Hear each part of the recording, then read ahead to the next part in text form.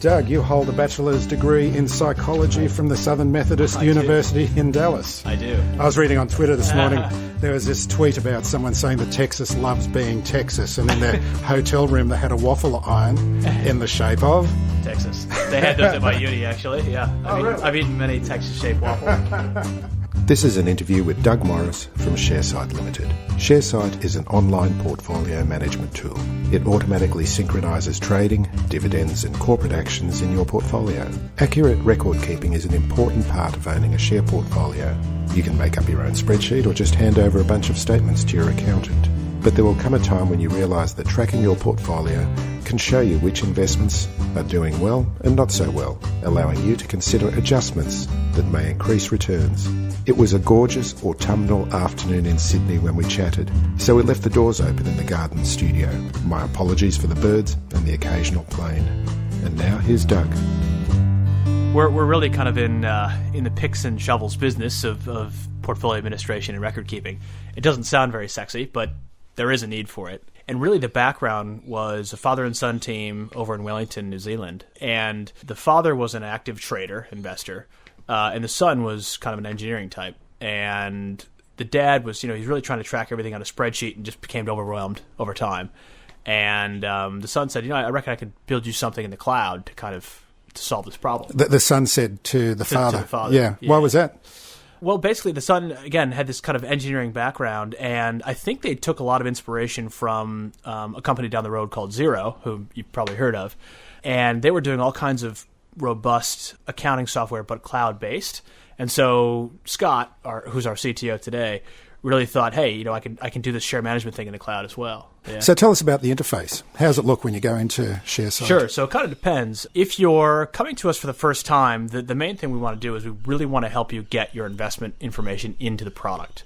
And kind of the irony is that it's hard to do sometimes, depending how complicated your records are, how many brokers you use, what does your spreadsheet look like, do you have a shoebox full of contract notes under the bed somewhere, but we really want to provide you with tools to get all that data into the product. So that's kind of the emphasis when you come on as a new user.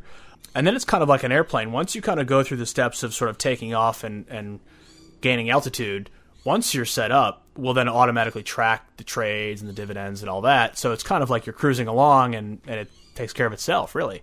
And from that point forward, it really does become a performance tracking tool for most of the year.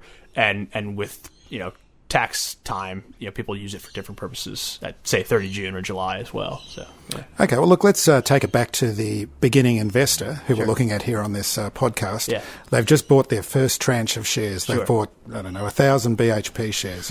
What happens when they go to Sharesight? First of all, there's a free version that they can start with to try it out, isn't there? Yeah. So we operate a freemium model, and the free version is limited by number of portfolios and holdings you can have.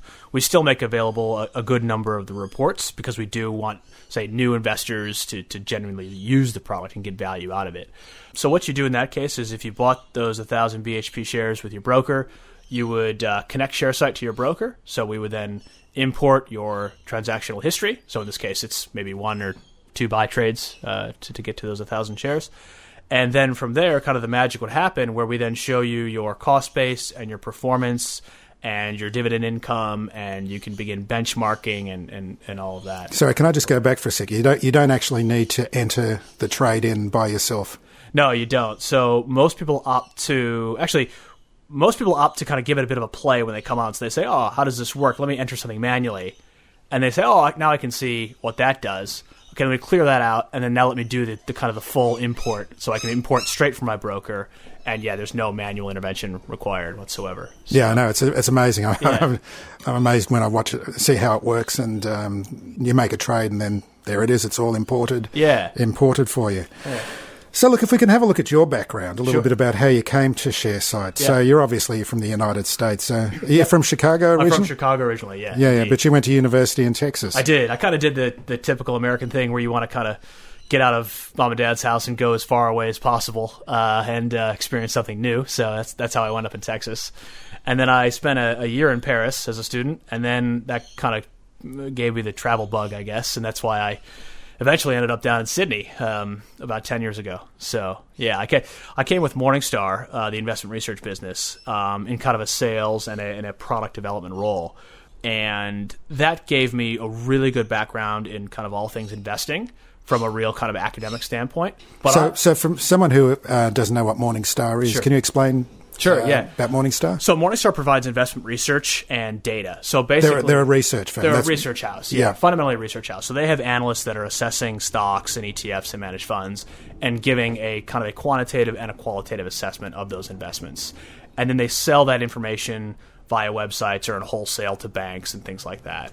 And they build a lot of their own technology as well, which is kind of how I got interested in the software space. Okay, so for someone who's just starting out in the share business, they're going to be seeing that there's research and analysis. This is exactly what Morningstar does. Is that right? They do, and they do a really good job, in my biased opinion. But they're independent. So what happened back in the day, and still to some degree today, research analysts would be biased in their assessments because they might be working for an investment bank that is involved in taking a company public or backing a company or something like that. Whereas the Morningstar business model is purely independent, where they get subscribers based on the quality of that research. So in that sense, they are independent, which is great for the investor. So if someone was to find Morningstar research, for example, they would you could vouch for the unbiased nature of that. Indeed, yeah. So you did psychology at university. I did. I was sort of I don't know. It's kind of an American trope where you go off to uni and you kind of begin a liberal arts degree. It's just kind of what you do there, and in the States, what you major in at the uni level doesn't necessarily have a bearing on what you do professionally. Kind of the model there is work your ass off to get an internship, an unpaid internship, and then work your ass off there, and then hopefully you'll get a job with that firm, and that's exactly what I did with Morningstar. Yeah. So. But did you find psychology has helped you in terms of understanding the psychology of share trading? I have, actually, yeah. It's been really useful in understanding kind of the biases and the traps we fall into as human beings, and that's kind of carried over not only to my own investment portfolio, but also into kind of how we position Sharesight, the product, as well. Because, like I said, we give away a valuable free service, but we also ask people to pay for the premium services as well. And so it's always interesting to see kind of where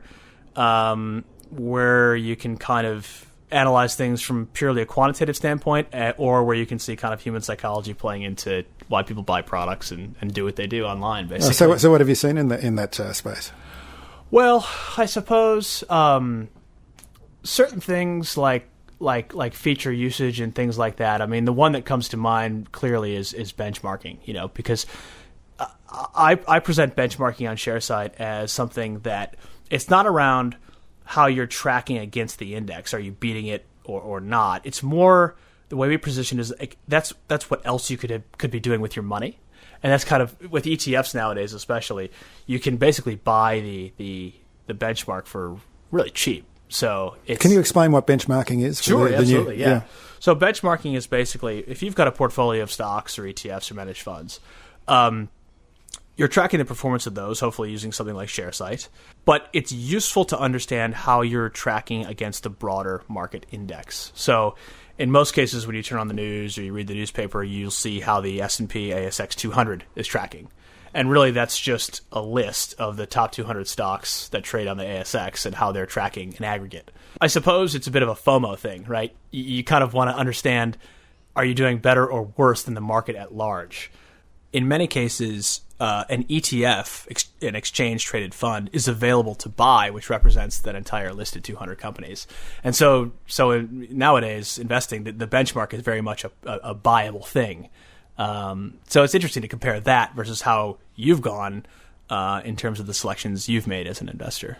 That's called beta, isn't it? It is, yeah. Yeah, or beta, as you would say in the United States. Exactly. And that's actually trying to do better than the benchmark, isn't it? Indeed. Yeah, Indeed. Yeah. Okay. Yeah. I'm not sure if you noticed today, I tweeted Robin Bauman from Vanguard Investments, who was our previous guest, talking about franking credits and also tracking those franking credits. Traditionally, with franking credits, you just get them you get a report at the end of the financial year to tell you how much your franking credits are going to be worth. But Sharesight have gone a great many steps further, haven't you? Yeah. So the funny thing about ETFs is that they were always, well, originally they were sold to institutional investors, big pension funds and banks and things like that. And they were designed as an instrument for them to hedge risk in their portfolios. But then what happened, because the smart guys at places like Vanguard and other ETF providers, they started marketing them to financial advisors and then kind of DIY investors, because they trade on an exchange just like a stock, but they represent so much more. They represent an entire index like the ASX 200.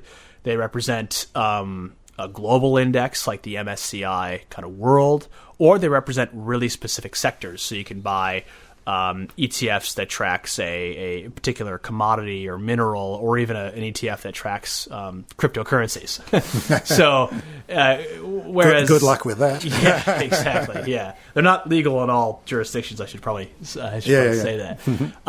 So, whereas ETF used to represent kind of safe beta index play, now it's like, yeah, but what kind of ETF? You have to be real specific around kind of which ones you purchase. And so what's happened is they've become really popular amongst investors. In fact, if you look at portfolios on Sharesight, of the SMSF trustees tracking their portfolios on Sharesight, I think a 20% of them now own an ETF, which is really telling, because a few years back it was a low single-digit figure, to be sure. So they've really gained mass adoption. And the challenge, though, and it's a particular challenge for Australian investors, is that they're treated as a trust. And so a trust is like a managed fund as well. It's a unit trust. And those tend to create all kinds of complicated distributions, and you need to be careful as to how you track that when it comes time to lodge your tax, really. And so franking credits are actually being paid to you vis-a-vis an ETF, but so are all kinds of other components of distributions as well. I mean, even if you buy an ETF that tracks the ASX 200, there's all kinds of other small little investments that are inside that ETF, say like a term deposit from the U.S., like a U.S. government bond, or overseas shares in some cases, local fixed income. And all this stuff is paying you these small dividends that add up that you do need to track and then report to the ATO, really. And that's what we try to help investors with, really. So this is during the course of the financial year, because all this information is summarised in the annual report from the ETF, isn't it? It is, yeah. So what happens is you'll get, say, 2 or 4 distributions throughout the course of the financial year. And then there's this kind of mad scramble after 30 June inside the providers of the ETFs to kind of work out, okay, now we're going to go back and we're going to apportion all these little components back to the distributions of the ETFs. Which they've got all sorts of different tax treatments. Exactly. Yeah. Exactly right. Yeah. And that factors in, the other variables there are you reinvesting your dividends? When did you buy this ETF? When did you sell this ETF? Because every distribution is actually different throughout the course of the year. And so then you get this pretty gnarly statement from the share registry at the end of the year saying... We'll keep that in mind, the gnarly statement. Yeah. So kind of documenting all these distributions that you've actually received as the owner of this unit trust. And that's where it's like, geez, how am I supposed to lodge this? It's way more complicated than your average, Telstra dividend with some franking credits, for example. Hey there. Investing in shares can be fun, but the paperwork isn't. Throw away those clunky spreadsheets with Sharesight, the online portfolio tracking tool that automatically records trades, dividends, ETF distributions, and gives you reports that will satisfy even the pernickiest accountant. I have my portfolio on Sharesight, and whenever I buy or sell, it's automatically recorded. I can see the dividends I'm receiving and the franking credits. It helps me to work out allocation to make sure I'm diversified. Sharesight are pleased to announce a special offer to listeners of this podcast. 2 months free on an annual premium plan. Try the starter, investor or expert plan. There's a 7-day free trial where you can experience the full power of Sharesight portfolio management. And it's not just for Australia. I know some of you are listening in countries not lucky enough to be down under. Sharesight supports 30 of the world's great exchanges. Go to sharesight.com/shares for beginners and sign up now for a free trial before taking advantage of 2 free months. That's sharesight.com/shares for beginners. Remember, a happy accountant is an accountant that's not unhappy. Tell us about Roboadvisors. Sure. So, yeah, Roboadvice, it's an interesting space. They are online investment advisors where you sign up and you basically go through a questionnaire, which is known as a risk tolerance questionnaire. Asks you things like, what's your kind of intended duration of investment, how much risk you want to take on, how much you're going to invest, things like that. And then they'll work out, based on all kinds of academic research, kind of a portfolio of mostly ETFs. So anywhere from 4 to 5 to 8 ETFs broken down in percentages to try to help you meet your goals. I think it's great. I think it's great because it's getting more and more people into investing. And in my opinion, it provides a better alternative to just stashing your money in a term deposit or a cash account or something like that. And I think the robo-advice industry tends to be populated by people who kind of saw what was wrong with the financial advice industry, and they said, we can do this better and in a more cost-effective way for more people. So it's a really cool thing, and we're part of that in terms of our technology powers some of those partners, and just getting more people into investing is a really exciting thing. So you actually have human financial planners that use Sharesight as well. We do. On behalf of their clients. We do, yeah. And those tend to be kind of toward the higher end, so kind of your IFA or family office type financial advisors. What's an IFA? Independent financial advisor, right, which after the Royal Commission, you'll see a lot more of these independent financial advisors as the banks kind of wind up their dealer group and platform businesses, really. And they use Sharesight. What they often do is they'll kind of have an in-house model portfolio, and they'll put all their clients into that model as well. And that's really well suited for Sharesight. You write a blog on the Sharesight site as well. Now, I just wanted to quote some of them to you and ask you questions about them. Individuals must take ownership of their own investments. The old system is no longer working for us. Why? Well, I think financial services have traditionally been sold aggressively rather than bought. Right? It's a funny thing. It's like it's one of the unique industries where, as consumers, we're seeking out better alternatives to taxis with things like Uber. Think of any of the apps on your phone. You've sought those out to kind of improve your life. But financial services have been slow to that party, right? There's still something that's marketed as very complex, and you need to do this, and it's kind of lots of fear-mongering, and it really is not that hard. And it should be embraced by more people. And so I just think that the technology now exists, be it easy-to-use, low-cost online brokers, be it products like Sharesight, be it products like Roboadvice providers, that the stuff is out there if you go looking. And so it really is, if you do take control and you educate yourself, you can become a successful investor. In fact, the staff at Sharesight, a lot of the people we hire have no investment background whatsoever. They're software people or they're digital marketers or things like that. But they kind of get into investing because that's what we do. And they're like, I can't believe how screwed up the whole industry is. It's I can see it now kind of for what it is, and it doesn't have to be that hard, and I feel a lot more confident to take control of my financial affairs. That's interesting that you say that in the past it's been an industry that has tried to sell to you rather than something that you seek out on your own behalf. Yeah. I mean, this is part of the thinking behind Shares for Beginners, that even if people don't want to invest directly in the share market, they've got to actually know the right questions to ask as well. Indeed. And it's particularly a problem in Australia because of superannuation. Superannuation, in my opinion, is a wonderful system. If you look at the comparable system in the States, where I'm from, the 401k model, it's the same thing, but it's not compulsory. And so it requires even more education to get people interested in, hey, you should be saving, and if you're saving, you should be putting your money to work for you.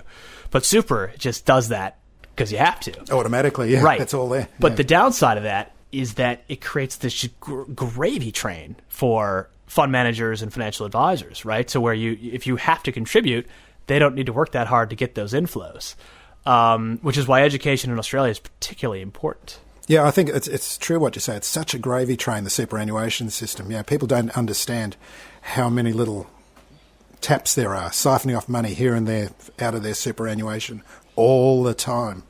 Yeah, in fact, I was just doing some work for my taxes back in the States, and I logged to an old super account that I have a little bit of money in still, and I was surprised. I mean, you log in, and there's an advisor's name next to my account, Joe Smith, and here's his address and his mobile number. That guy's taking my super money in the form of fees that are being taken out of my account every month. It's crazy. I've never met that guy. Never talked to him. He's never done anything for me, So you really do need to understand this stuff. And if you do, you can actually produce a better return for yourself in the long run. the only sure thing investing is the price you pay to access those investments. So how does one keep from losing cool while the financial markets seem to be going rabid? Easy. Understanding how your portfolio has been performing overall, not just in the last month, is the best antidote to help you remain calm and make the best decisions. How does this work? Yeah, so I think understanding whether it's a rising market, like a bull market, or it's a falling market, the first step in that is to understand how you're performing. And what we do at Sharesight is we use a technique called annualized returns. And what that does is it breaks down your total return into annual chunks. And that's respective to how much money you're putting in or taking out of your portfolio too. And the reason that we like that approach is that it's more translatable to other areas of your life, right? You get an annual salary, you pay annual school fees, you pay your mortgage. We think in annualized terms. And so if you then think about your portfolio return or loss in that same context, it can help you understand how well or how poorly you're actually doing, and then make a more rational decision, hopefully. And, it can also be that a falling market or kind of an unsteady market can present buying opportunities as well. So if you are using something like Sharesight, you understand exactly what you paid for your investment. So you understand, hey, I can pick up a company that I really like at a discount to what I think it's worth or what someone is telling me it's worth. So understanding where those buying opportunities are is really important as well. I think that leads me straight on to the next question, which is about annualised total performance. Keeping track of your annualised total performance is essential, as it helps you to understand how your investments are doing, thus helping you to make informed rather than impulsive decisions. Yeah. Tell me about impulsive decisions.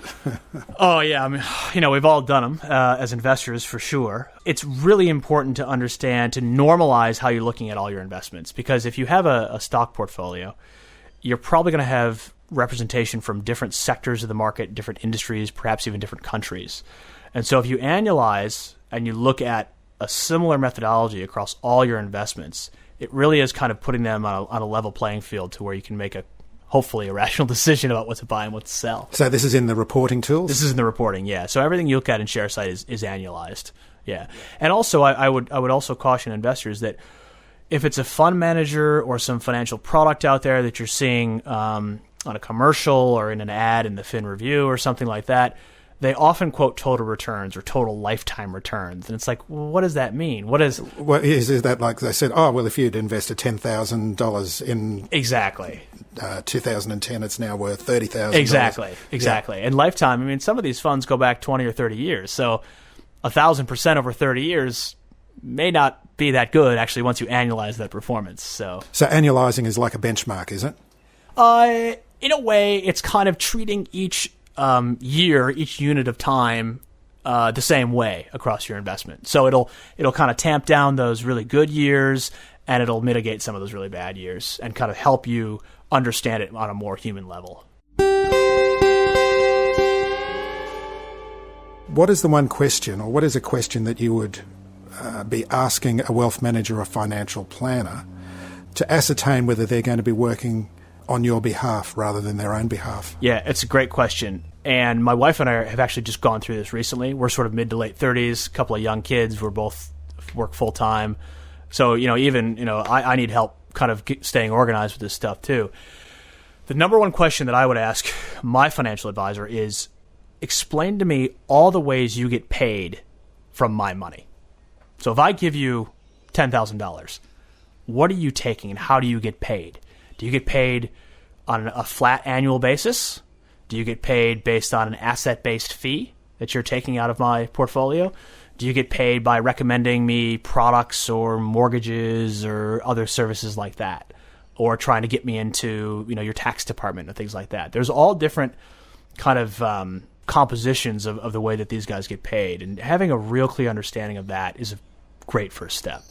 And what's the answer that you're actually looking for? Well, in my opinion, you want to look for a flat annual fee, so a fee for service, as it's known, which basically means you're going to pay your advisor the same fee regardless of the performance of the portfolio. So you're guarding against them taking more of your money as your asset base grows, basically. Yeah, it's interesting. I was just reading this week about there's new ETF that's coming out that doesn't even charge any fees unless they outperform the benchmark. So Fidelity and I think maybe Schwab and Vanguard in the States have launched these free ETFs as well.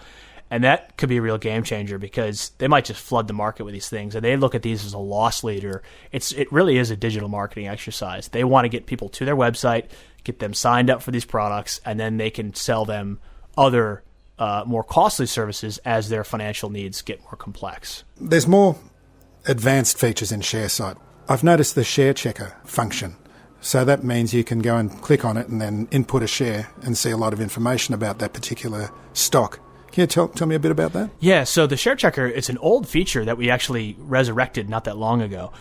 That basically, it's a what-if tool. It allows you to hypothetically invest $10,000 in a stock. So you can say, okay, 10 years ago, $10,000 invested in Google shares would have netted me what return? And so it's a really handy way to kind of do a bit of scenario analysis there and to kind of check current prices and current stats about a particular company. Yeah. Okay, now we're coming to the listener question. And this question is from Jack Cuomo from Mount Annan. Why would I need to have a portfolio tracker like Sharesight when I have a financial planner or wealth manager? Oh, well. Would you have both? Oh, absolutely have both. Yeah, so if you have a financial planner whom you trust and you like their service, I would definitely recommend using Sharesight in parallel to ensure that, one, what they're telling you is accurate and true, but also, again, so you can get that kind of annualized human kind of return calculation. And it's also probably true that the financial advisor is not looking after the entire wealth picture for an individual. It may be that he or she is tracking sort of a discretionary portfolio, but you have assets that live elsewhere or from your partner or whatever. So Sharesight can provide a way for you to kind of wrap all that into one place. And then also you can share access with the advisor as well. So it's a bit of a kind of a checks and balances thing there. Yeah. And hopefully the advisor would be using Sharesight as well to track the investments. That's often how we get a lot of our professional business. We'll have a self-directed investor who uses an advisor in some capacity, shares access, and they're like, hey, what the heck is this thing? So, brokers, are they using this as well? They are. So we have a number of relationships with mainly online brokers because the broker is really good at providing you with research and real-time data and charting tools, and really their goal is to get you to trade. And they don't really want to muck around with the administration or the tax side of portfolios. And that's where what we try to do is have a relationship with a broker where they can refer people to Sharesight, hopefully with that connection in place to where it's a couple of clicks and all your trading history comes through and you're all set up. What's the one thing you advise the first-time investor to do? Yeah. So the first thing that I would do is I would find a company that has some meaning to you, right? So it's a product or a service or a business that you are familiar with. You know, you've used their services, you've got a connection to them in some way, shape, or form. So find out if they're a listed company, number one. And I'd go to the company website and I would go to their investor relations section and I would download their latest annual report. And that'll give you all kinds of information around their financial performance. So are their sales growing? Are they profitable?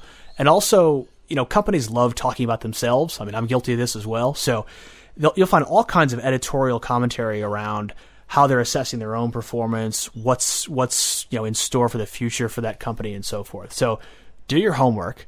But I think it's just better if you do it on a company you're familiar with. It just makes that first-time investing experience much better. I mean, my first investment was actually in high school during a stock market competition. It was Disney, and I understood their business, being a kid, basically.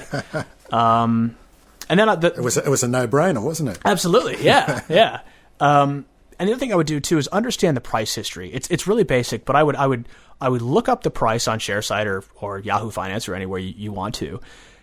Find out what that price is today. So if it's $10 today, you kind of want to zoom out and you want to know, all right, what was that price a month ago? What was it 6 months ago? What was it 5 years ago? What happened during the GFC? Just zoom way out and give yourself a really nice wide price chart just to understand, are you buying at the most expensive the company's ever been? You may want to rethink that. Are you buying at the cheapest the company's ever been? You may want to go ahead and buy. So just understand kind of where today's price is in relation to its history. MSCI, what does that stand for and what is it? Yeah, sure. So MSCI, or known sometimes as MSCI, stands for Morgan Stanley Capital International. And it's basically an index product that a bunch of really smart people put together to track the global stock markets sort of as one around the world. And you can buy an ETF in that? Is that the case? Yeah, you definitely. There would be many ETFs that are linked to MSCI indices. And so you might see MSCI Total World, which is kind of the global index, or MSCI China, which is a particular index that tracks China. How many stocks would be in something that like that? Oh, thousands. Yeah, but you're covering the whole world, Yes. every share Indeed. market in the world. That's amazing. Okay, you mentioned value investing. What's a description of value investing? Sure. So value investing is basically a way of looking at a company so it's a high quality company that might be trading at a discount to what it's actually worth. There are a number of ways of assessing what a company is actually worth. You could do things like book value or fair value or things like that. But basically, legendary investors like Warren Buffett have made a habit of doing this. If you see a really high quality company that for whatever reason is trading at a discount to its actual price, that's called value investing because you're getting a really great value buy. But there's many ways of ascertaining what that there value really is. Yeah. You can't just say, oh well, it's cheap, so I'm going to buy it. It looks good value at this price. That's right. Yeah. And it's difficult to do it in all market conditions. I mean, the bull market we've had for the last several years really did not present any value opportunities for people. So a lot of these value investors would be sitting on the sidelines in markets like that. Yeah, you've really got to have cash available for that time when everyone is selling. There's total panic, don't you? Absolutely. Yeah, which is very hard to do. Absolutely. Yeah. Okay. So a satellite play. You were mentioning a satellite play. So I think you were talking about you have your core investments, and then there's other little things that you're going to be playing with. Yeah. So satellites. So the way that I run my portfolio is what's known as core satellite. So I've got a core group of investments that are, in my case, I'd say about 2/3 ETFs and another third kind of really what I would consider blue chip shares.